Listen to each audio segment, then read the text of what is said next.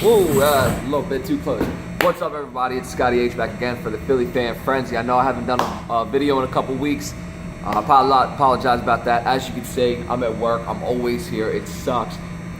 I started this YouTube channel so I could have fun and talk to people. It's going that way. It's going great. However, I'm always here, so sometimes I miss a couple weeks. That being said, let's get to this week against Denver. All right. So I caught a couple rankings here for you.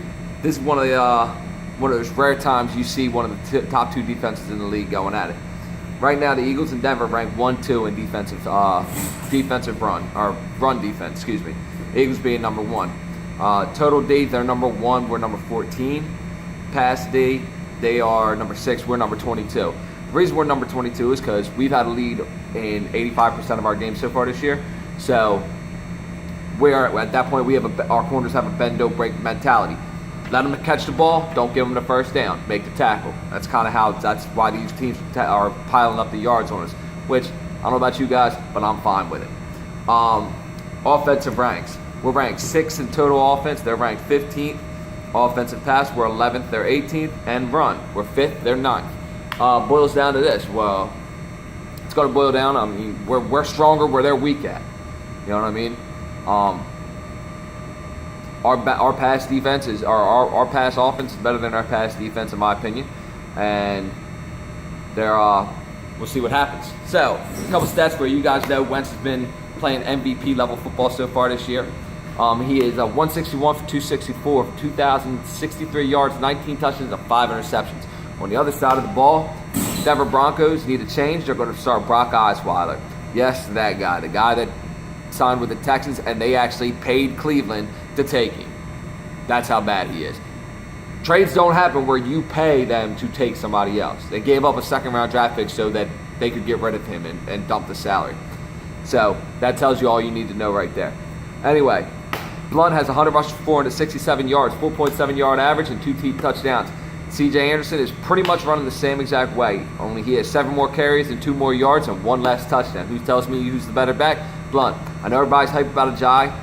He's probably not going to see the ball much this week. I've been reading all week. He's only got a 10 to 15 playbook for Sunday. I expect him to take over as lead back as the season goes on. However, he's been here for a week. You can't expect the man to jump into that. So I expect him after the break, after the bye, to get a lot better, lot more touches. Zach Ertz, everybody knows he's been great all season long. He's leading the team with 6 touchdown receptions, 528 yards on 43 receptions, 12.3 average. On the other side of the ball, Virgil Green has 9 receptions for 120 yards, 13.3 average, and 1 touchdown. So we definitely have that on lock. Jeffrey and Thomas, relatively close numbers, 28 catches, 416 yards, 14.9 average, and 3 touchdowns. That's the big difference, because Thomas's numbers are only 40 yards higher, and guess what? He has a big old goose egg in the touchdown category. So to me, we got the better receivers, we got the better quarterback, but they have the better pass defense. We'll see what happens.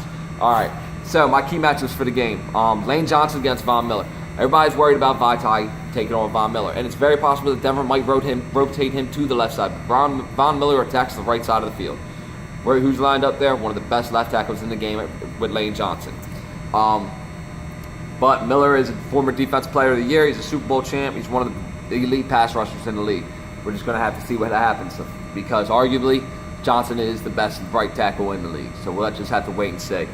Edge, I got to give that to the Broncos for now, simply because of who Von Miller is and what he brings to the game.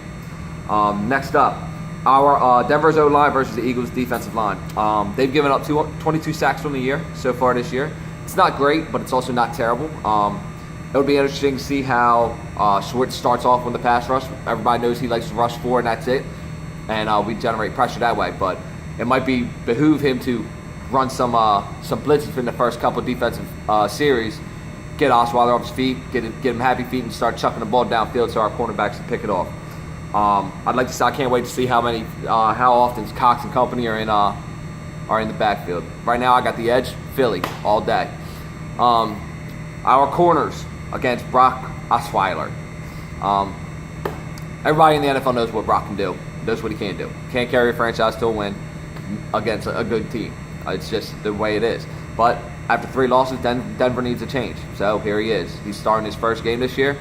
I expect the turnovers come as they always have all year from our turnovers. Opportunities, aggressiveness, solid tackling, and just a bend no break the mentality. We've been playing that way all year long. Don't change nothing yet. Let's go. Again, edge goes to Philly. Wentz against Denver's secondary. Now, I don't care what anybody says. Denver has one of the best secondaries in the league, all around. They are not weak at any defensive backing position. Nickel corner, left corner, right corner, safety, free safety. Where they are solid all the way through. So we'll see what happens. He's going to have to protect the ball. He's got to take what that defense gives him, and we're going to have to strike early and often and hit him, get him off balance, and so we can get the ball into our playmakers' hands. I got to give the edge to Denver, though. As much as I want to be a homer, I got to give the edge to Denver slightly, though, because it is at home. I think Wentz feeds off the crowd and takes it to him. All right, my prediction. Here we go. I think it's going to be a close game all the way through. I'm going to be a homer, and I'm going to call the game for the Birds, 27-24. However, we're 7-1. We're due for an L here sometime. That's just me being a realist. So I wouldn't be surprised if Denver can pull it out on us. But I'd like to not see that. Anyway, guys, thanks for watching. For any new viewers, please go check out my other videos. Like, comment, and share. You can reach me at at Fan Frenzy on Twitter. And please like, comment, and share. Let me know what you guys think. I'd love talking to y'all. Go Birds. Let's go, baby.